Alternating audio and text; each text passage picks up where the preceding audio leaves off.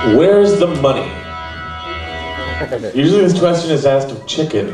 Yeah, well, I've often wondered that myself. As you know, Robert, this is a very tenuous way to try to make a living. Somehow we manage to make do. But this is a question of faith. We know that the money is somewhere. We simply have got to try harder to create the channel whereby it will flow to its proper recipients, i.e. us. All right, we have a Robert Levy question. Hand it over. Robert, do you really fuck on the first date? Well, there you go. This joke refers to a t-shirt that I have worn in the past that does proclaim that I do fuck on the first date. Oh, yeah. Did that t-shirt do you any good? Something like that. And, well, I would have to go on a date in order to fuck on that date. Would that be your lucky t-shirt then? It wasn't that photo. No, it worked out there. But, you know, I think it would depend. Can I leave the question sort of amorphous and just say that, you know, maybe. You know, the question is take me on a date and find out. There's a solution. If you're really that curious, find out for yourself. You know, it assumes that the responsibility is entirely yours, and that on this date you control everything that happens. Well, if that's the case, then you know, where is the challenge, huh? Yeah. Who asked a question about nitroglycerin pills? He got someone else to write it. He's got a million tricks, ladies and gentlemen. Ladies and gentlemen, the K-Rob moment is an intense time where our answer and the entire framework of the question is augmented with various agents, pharmaceutical and theatrical. So let's get this messy moment over.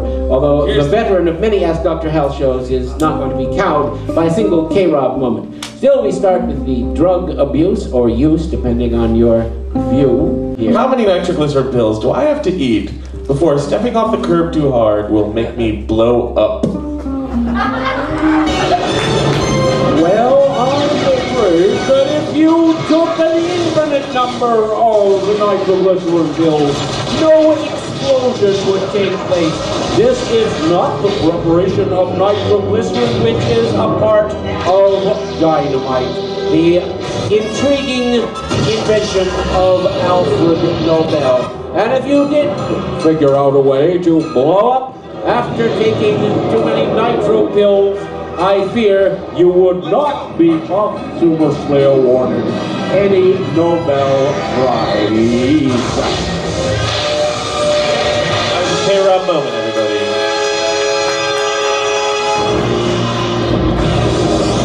Everyone else thought that they could just sit back and let the other person bring the nitrous. So I guess so. No one ended up bringing the nitrous. And incidentally, that also won't make it explode either. So unless we get another half, we will pass along. Ignore it. It doesn't even exist to me. Yes. How am I not myself? How am I not myself? Well, yourself is a creation of the moment, and is superseded by the next creation of the next moment. That's the only way you're not yourself, by living and passing to the next stage of transition.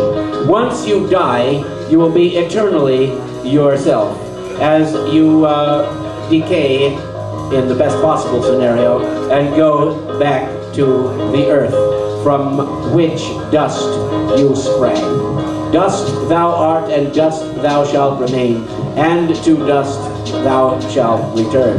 Or dust unto dust, and under dust to lie, as the Persian poet said. Why was the Jensen family introduced in the particular order it was?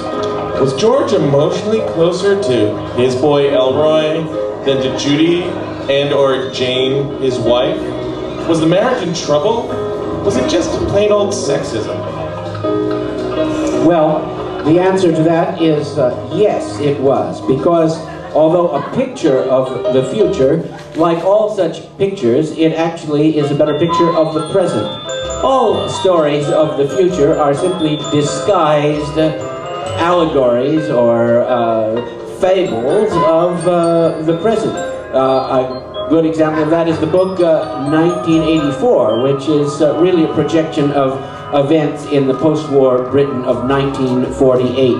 And also, we have to say that Hanna-Barbera, the creator of this cartoon, were not in any way noted for progressive thought or development, but rather the opposite. How do you remember all those poems?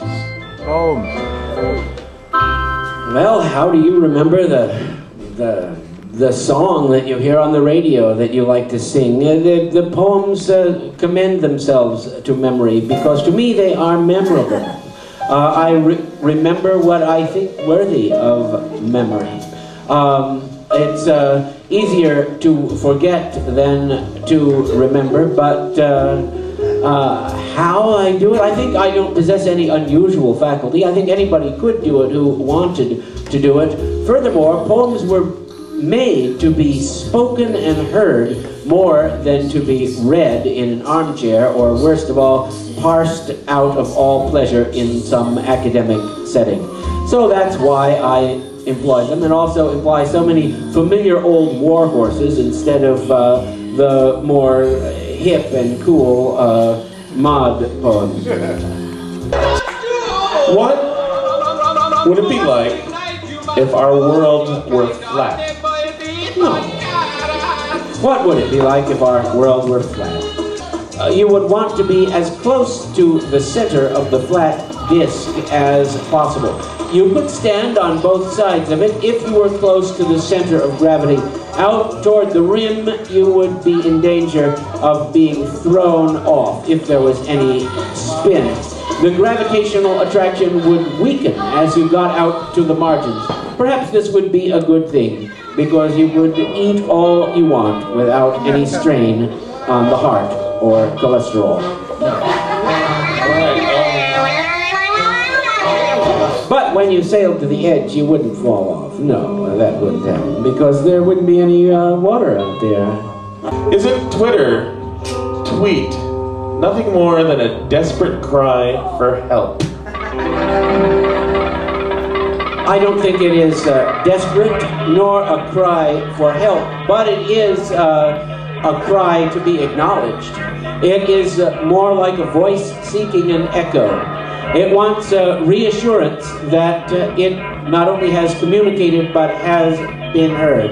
And thus a tweet from Twitter is something primal and primordial. Something primal and primordial that can be experienced in a limited number of characters.